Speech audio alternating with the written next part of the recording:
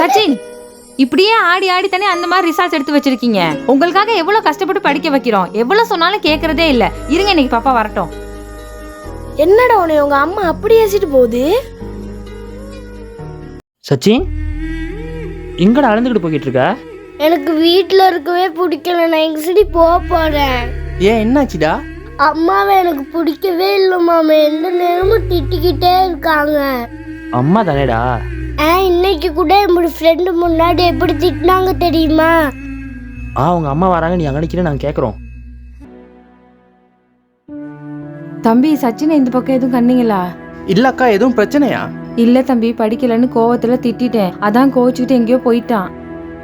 முன்னுக்கு கடையில தான் தம்பி உட்காந்துருப்பானா இருக்கும். பசி தாங்க மாட்டான், நான் போய் கூட்டு வந்துடுறேன். இப்போ உனக்கு தெரியாதா, நமக்கு மாதிரி அம்மா கிட்ட இல்லாத போதான் தெரியும் அவங்க வேல்யூ என்னன்னு.